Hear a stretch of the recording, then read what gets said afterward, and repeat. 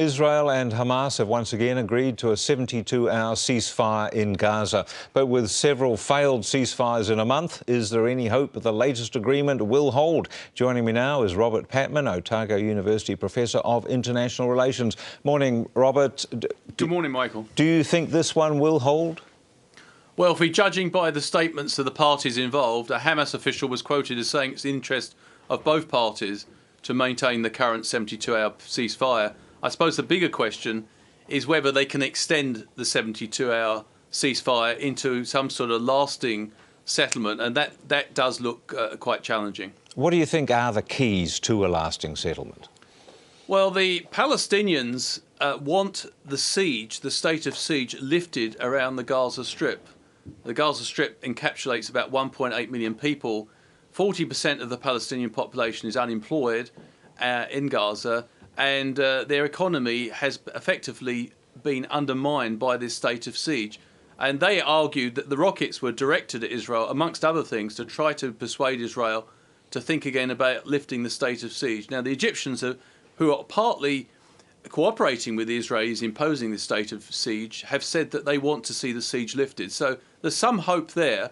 From the Israeli point of view, they want to see Gaza demilitarized, and they believe they have effectively taken out the major tunnels which were providing a strategic threat to Israel. So the Israelis probably think they've done enough military damage to the Gaza government's military facilities to seriously explore an improvement in the relationship. You were telling me that there's damage of what, $4 to $6 billion in the Gaza area. In terms of money for Hamas, are they under enormous pressure at the moment? Are they going to be more conciliatory in a sense because they're lacking the friends that they used to and the money? Not necessarily. They seem to feel they've won a victory.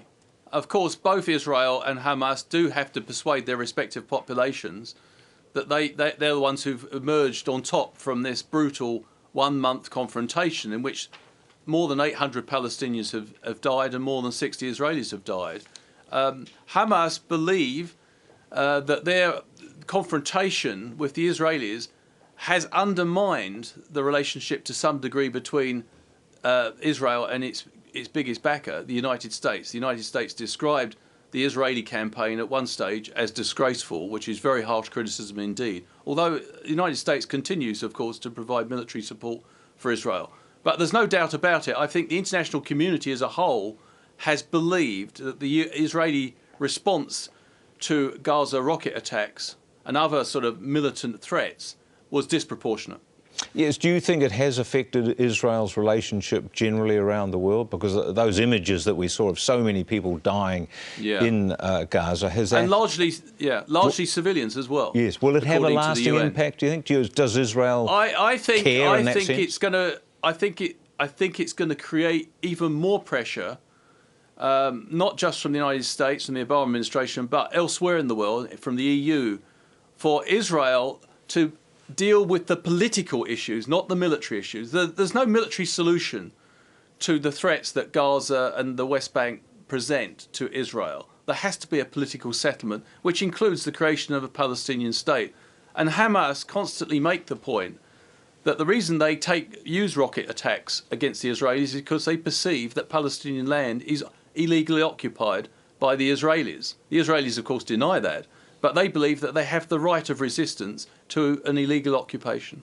OK, thanks very much for your time. There's Robert Patman speaking to us from Dunedin.